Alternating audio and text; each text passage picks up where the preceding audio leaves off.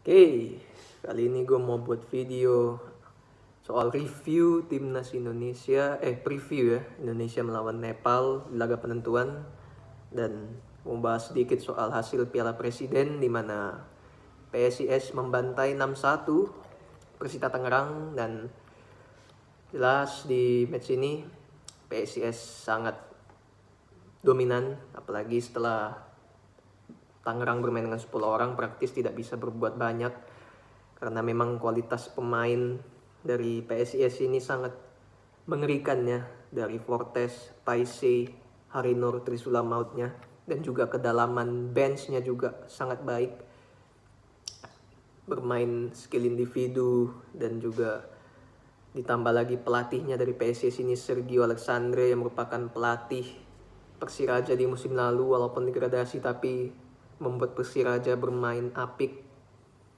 dan itu sangat cocok sehingga patut dinantikan PSIS ini menurut gua akan menjadi satu penantang serius untuk di Liga 1 musim depan karena dari pemainnya yang luar biasa, sangat mengerikan lah squad ini. Dan di satu matchnya lagi ada Persebaya yang again and again di injury times always, sejak Liga 1 kemarin sampai sekarang pun masih juga terulang.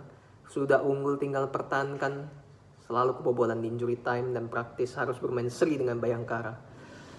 Dan terlihat di babak pertama Persebaya Bayangkara sama-sama berimbang permainannya ya. Dan begitu di babak kedua Persebaya memasukkan pemain asingnya, terlihat permainan Persebaya lebih hidup dan lebih bisa mengancam lah, walaupun Bayangkara lebih dominan di babak kedua. Dan gol tercipta lewat counter attack juga dari Persebaya, dan setelah itu sebelum gol di injury time penyimbang, memang lini belakang Persebaya sangat sering melakukan miskom antara kiper dan backnya, jadi langsung dipanis oleh Bayangkara, dan we'll see seperti apa kelanjutannya ya di grup neraka ini ya. Nah, kita langsung bahas soal preview timnas Indonesia lawan Nepal.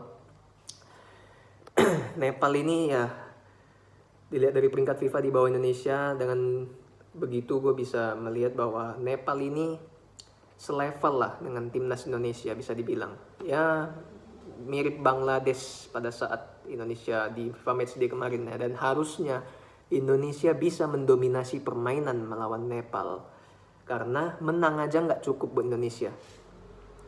Karena kalau dilihat dari runner-up terbaik yang sekarang, Indonesia berada di posisi terakhir.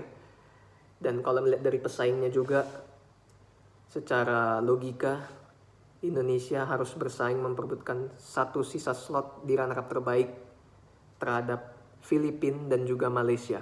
Filipina melawan Palestina, asumsi seri maka Indonesia bisa menang mungkin akan jauh lebih mudah. Tetapi kalau seandainya Filipina bisa mengalahkan Palestina dan Malaysia di laga terakhir lawan Bangladesh di kandang sendiri Bukit Jalil bisa membantai, maka Indonesia akan warning ya. Jadi sekedar menang tidak cukup, Indonesia harus bisa menang minimal selisih 4 gol, 5 gol agar bisa bersaing dalam selisih gol ya. Yang paling penting Indonesia, gue menyarankan untuk bermain formasi pakemnya seperti biasa 4-3-3, dan harus bisa mendominasi permainan di lini tengahnya, harus bisa memberikan end passing ke depan, dan lini depannya juga harus klinis dalam melakukan finishing. Itu sangat menjadi catatannya.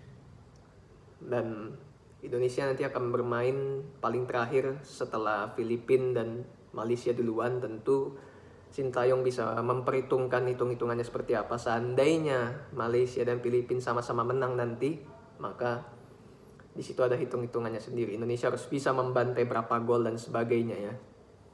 Dan kuncinya berani pegang bola, karena ini lawannya Nepal yang secara peringkat berada di bawah kita, maka bisa dianggap selevel lah dengan timnas kita.